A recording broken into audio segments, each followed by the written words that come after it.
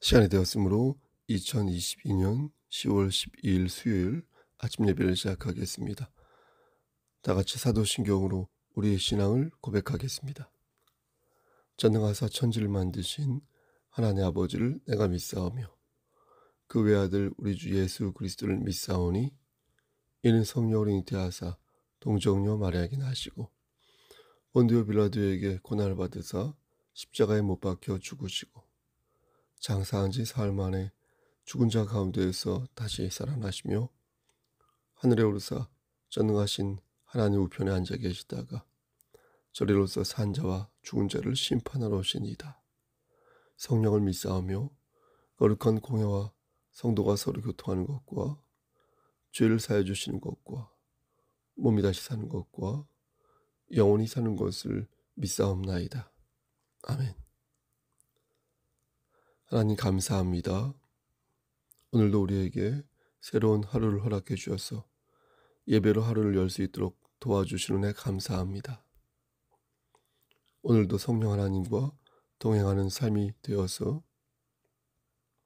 하나님을 기쁘시게 하는 삶을 살 수 있도록 도와주시옵소서. 힘들고 지칠 때에 우리가 받은 영원한 생명을 기억하여서 천국을 소망하며 고난과 고통을 극복해 나갈 수 있도록 주여 함께하여 주시옵소서. 우리 성소교회 공동체가 맡겨진 사명을 바르게 감당하고 하나님의 뜻을 이뤄가는 귀한 공동체 될 수 있도록 하시고 구원의 방주로서의 역할을 잘 감당할 때에 하나님께 칭찬듣는 그런 교회가 될 수 있도록 주여 강권적으로 선도하여 주시옵소서.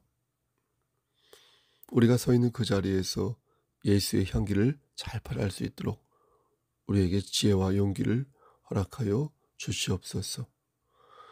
모든 말씀 예수 그리스도인 받들어 감사하며 기도드렸사옵나이다. 아멘.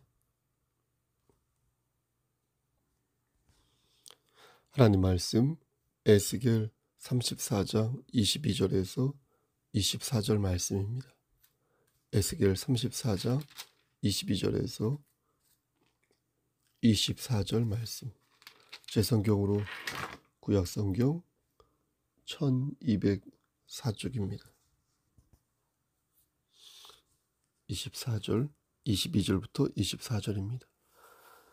그러므로 내가 내 양떼를 구원하여 그들로 다시는 노략거리가 되지 아니하게 하고 양과 양 사이에 심판하리라. 내가 한 목자를 그들 위에 세워 먹이게 하리니 그는 내 종 다윗이라. 그가 그들을 먹이고 그들의 목자가 될지라. 나 여호와는 그들의 하나님이 되고 내 종 다윗은 그들 중에 왕이 되리라. 나 여호와의 말이니라. 아멘. 하나님 이 말씀을 들어 사용하여 주시옵소서. 예수 그리스도인 받들어 감사하며 기도드렸사옵나이다. 아멘. 최일남이라는 작가가 있습니다. 1932년생이시니까 연세가 90이신가요?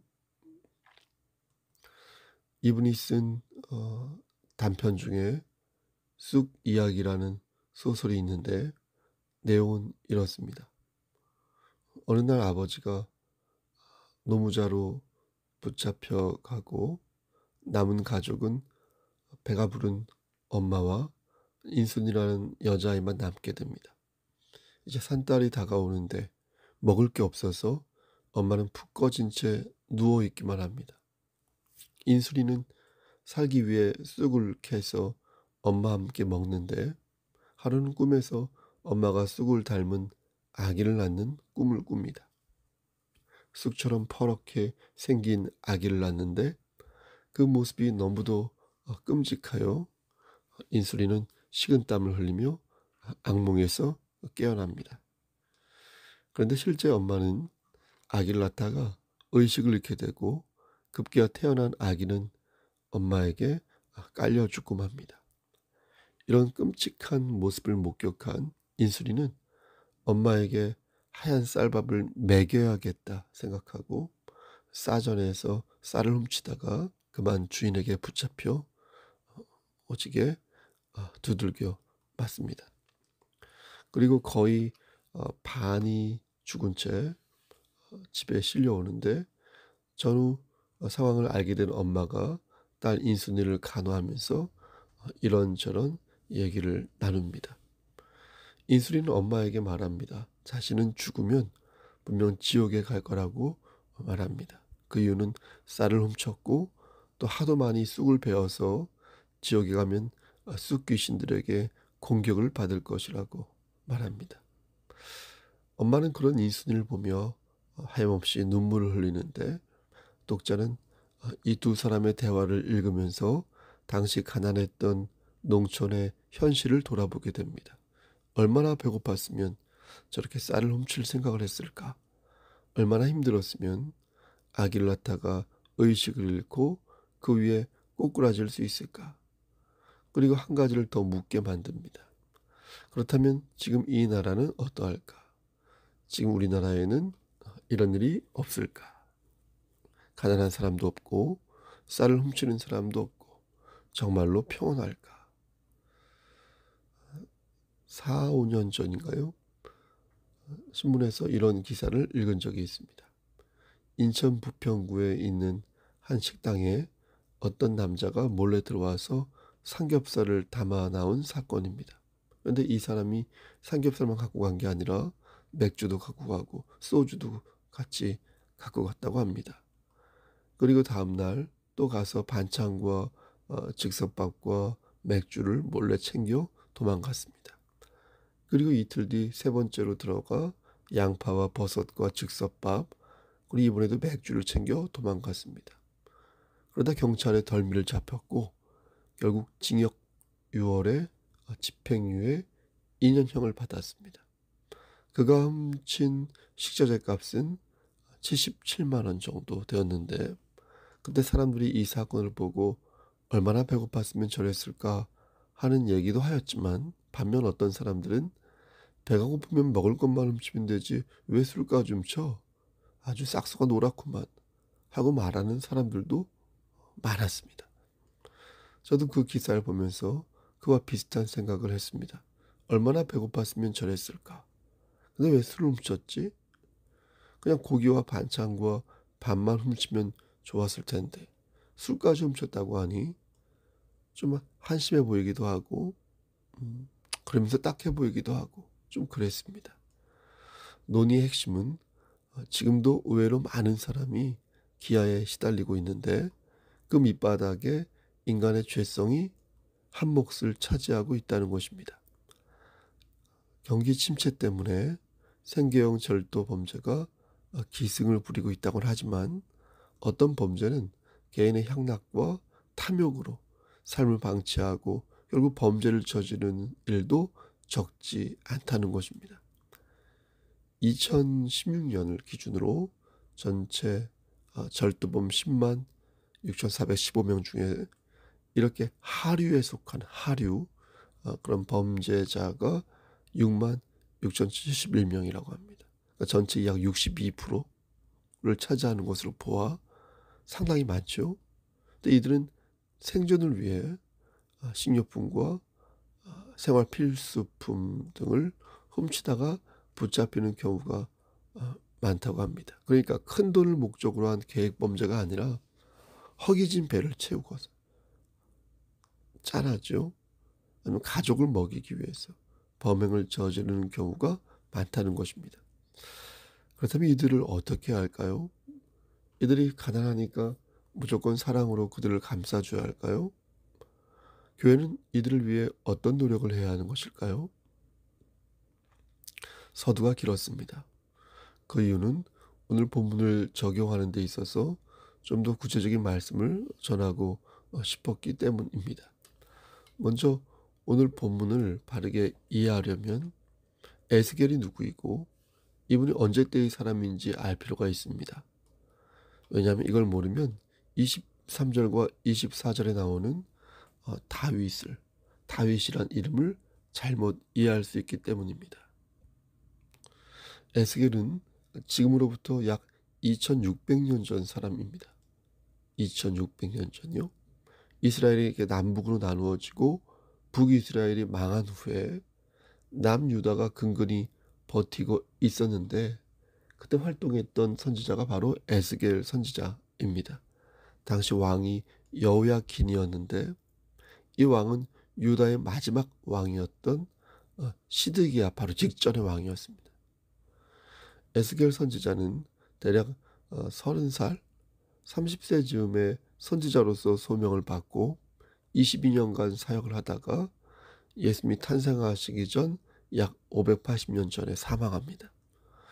바벨론이 총 3차 공격을 감행하는데 에스겔은 바벨론이 2차 침공을 하였을 때 포로로 왕과 함께 끌려갔습니다. 이때 에스겔은 유다 백성을 향해 본토 회복의 소망을 선포하며 위로와 용기를 북돋아 주었고 하나님의 뜻이 무엇인지를 저들에게 담대히 선포하였던 그런 목자였습니다. 오늘 본문도 그중 하나라고 말씀드릴 수 있겠습니다. 하나님께서는 에스겔 선지자의 입을 통하여 당신의 말씀을 전하였습니다. 먼저 앞에 1절부터 10절까지의 말씀은 자기만 먹는 이스라엘의 나쁜 목자들에 대해서 말씀하고 있습니다. 목자가 바로 서지 못하니 양들이 들짐승의 밥이 되었다는 것입니다. 그러면서 하나님께서 말씀하시기를 10절에서 주 여호와께서 이같이 말씀하시되 내가 목자들을 대적하여 내 양떼를 그들의 손에서 찾으리니 목자들이 양을 먹이지 못할 뿐 아니라 그들이 다시는 자기도 먹이지 못할지라. 내가 내 양을 그들의 입에서 건져내어서 다시는 그 먹이가 되지 아니하게 하리라 라고 말씀하십니다.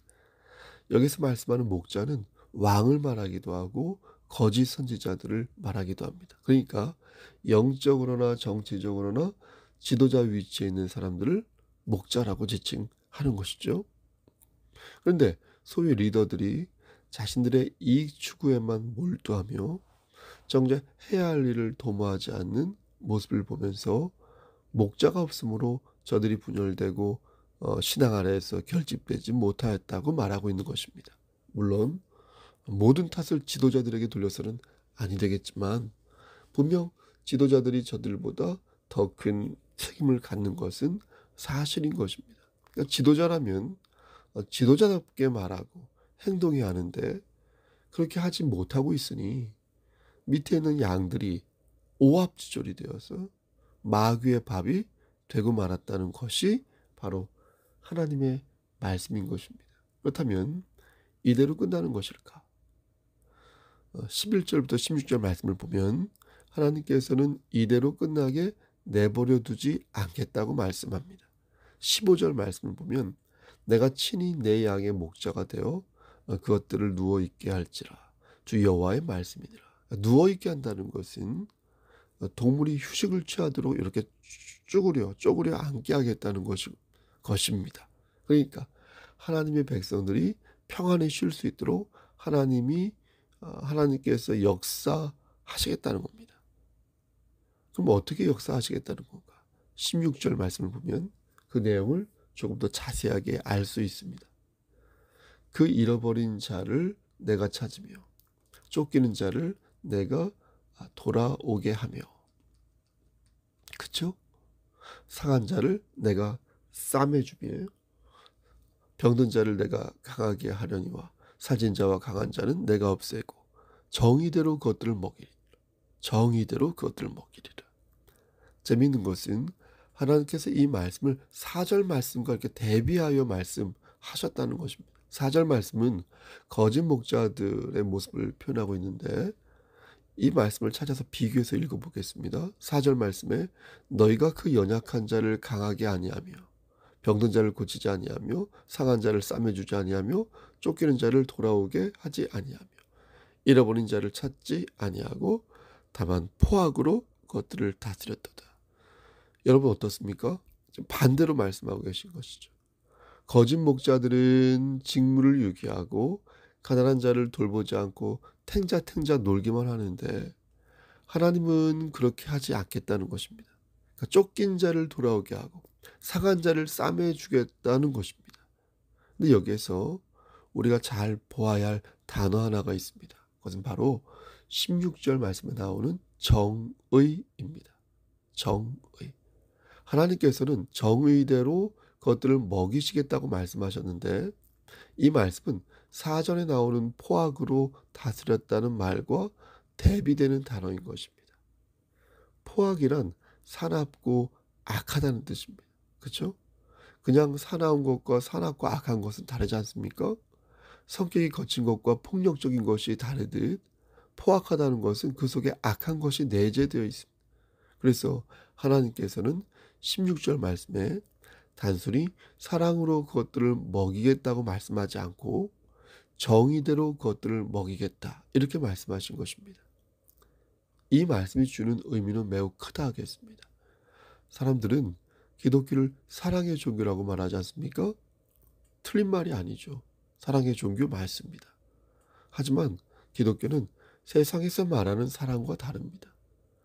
세상에서 말하는 사랑은 감성과 낭만이 충만하지만 기독교에서 말하는 사랑은 단순히 감정적인 느낌이 아니라 여기에는 반드시 하나님의 공의가 포함되어 있다는 것입니다.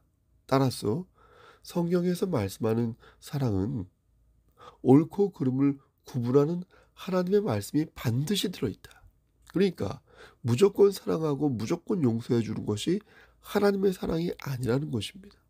사람들은 종종 하나님의 사랑을 무조건적인 사랑이라고 말하는데, 여기서 말씀하는 무조건적인 사랑이란 아무 조건 없이, 그러니까 우리의 아무런 공로 없이 우리에게 예수 그리스도를 보내주셨다는 그런 의미인 것이지, 우리를 무조건 사랑하시겠다는 의미가 아니거든요. 오늘 본문에 입각하여 이를 다시 설명하면, 하나님의 백성들이 회개하지 않고 끝까지 하나님을 의지하지 않는다면 그땐 그들을 용서하지 않고 심판하시겠다는 겁니다. 심판. 일방적인 회복과 구원으로 이루어지는 게 아니라 정의에 근거하여 그들의 죄가에 대한 심판까지도 보시겠다는 겁니다. 그래서 16절 말씀에 정의대로 그것들을 먹이리라, 이렇게 말씀하신 것입니다. 사랑하는 성도 여러분, 우린 이 점을 기억할 필요가 있습니다. 자금의 우리나라를 보면 어떻습니까? 중상류층 일부가 환락해졌고 약도 하고 쾌락에 젖어서 사고를 치는 것을 보게 됩니다. 도박도 하고요, 음주운전도 하고요, 재미삼아 절도도 하고요, 자신들의 삶을 그런 위법적인 행동을 통하여서 즐깁니다. 소모합니다. 그것은 분명 죄인 것입니다. 그럼 하류층은 아름답게 살고 있는가요? 하류층은 생계를 위해 어쩔 수 없이 범행을 저지르게 된다고 말을 하며, 이들이 상습적으로 절도하지 않도록 특단의 정책이 필요하다고 윗선에서 말을 합니다. 하지만 이들 역시 회개하지 아니하고 끝까지 하나님을 의지하지 않는다면 어떻게 되겠습니까? 이들 역시 하나님의 심판에서부터 자유로울 수 없는 것입니다. 다시 말씀드리지만 하나님의 공의 앞에서는 부자든 가난하든 그 어떤 특혜 없이 동일한 회개를 해야 한다는 것을 우리는 잘 알고 있습니다. 우리는 이 사실을 잊지 말아야 한다는 것입니다. 다시 본문으로 돌아가서 하나님께서는 실제 이스라엘 백성이 포로가 된 지 70년 후에 그들을 구원하셨습니다. 22절 말씀을 보면 다시는 노략거리가 되지 아니하겠다고 약속하셨습니다. 그리고 이어서 양과 양 사이에 심판하리라 말씀하셨는데, 여기서 말하는 양은 사람을 가리키는 비유적인 표현입니다. 양들에겐 두 가지 어려움이 있는데, 하나는 양들에 대한 왕의 폭정이고 둘은 양들 사이의 문제였습니다. 양들 사이에. 그런데 하나님께서는 양과 양 사이에 심판하겠다고 말씀하신 것입니다. 다시 말해서 힘이 없는 백성들을 괴롭히는 힘센 사람을 심판할 것이고, 동시에 약한 사람과 약한 사람 사이에서 생기는 못된 행위도 심판하시겠다는 겁니다. 그러니까 위에서 아래로 내리꽂는 못된 사람도 심판하고, 옆에서 옆을 수평적으로 공격하는 못된 행위도 심판하시겠다는 겁니다. 오늘날 말로 표현하자면 갑이 을을 공격하는 것 심판하겠고, 을이 을을 공격하는 것, 갑이 갑을 공격하는 것도 심판하시겠다는 겁니다. 그러면서 23절에서 하나님께서는 한 목자를 세우시겠다고 말씀하는데 그 이름이 바로 다윗이라는 거예요. 다윗. 23절에 내가 한 목자를 그들 위에 세워 먹이게 하리니 그는 내 종 다윗이라.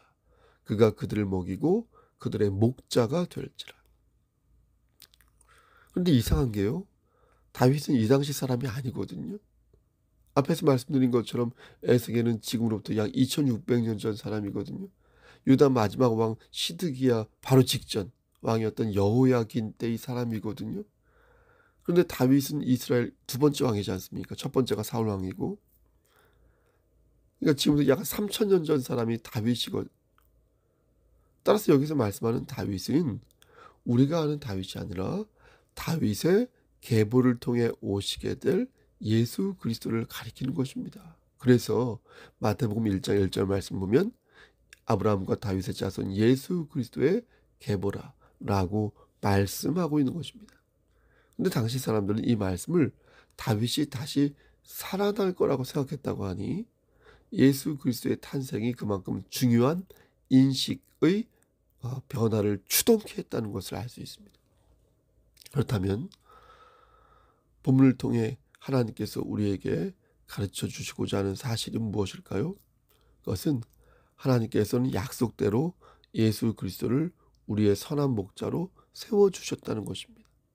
하나님께서는 온갖 폭정과 불의를 일삼는 힘센 양을 심판하고 벼룩의 간을 빼먹고 약한 자와 담합하여 더 약한 자를 괴롭히는 사특한 양을 심판하기 위해 선한 목자 되시는 예수 그리스도를 이 땅에 보내주셨다는 것입니다.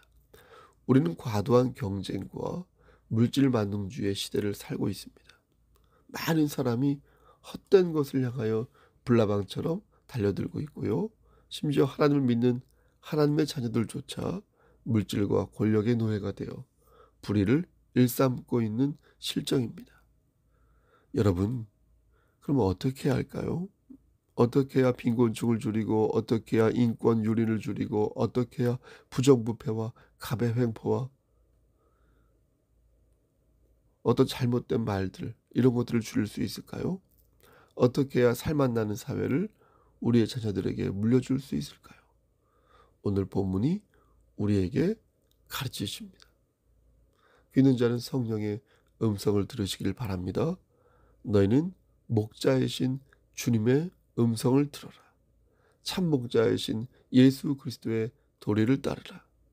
지혜의 근본 되시는 하나님의 말씀을 마음에 새기고 이것을 사람들에게 전하라. 너희가 그리할 때 너희가 몸담은 이 사회는 조금 더 성숙하고 행복한 사회로 발전될 수 있을 것이다. 환난을 겪고 있는 지금 너무나 혼란스러운 이 세상, 하나님께서 우리에게 지혜와 은총을 더하시기를 원하시고 계십니다.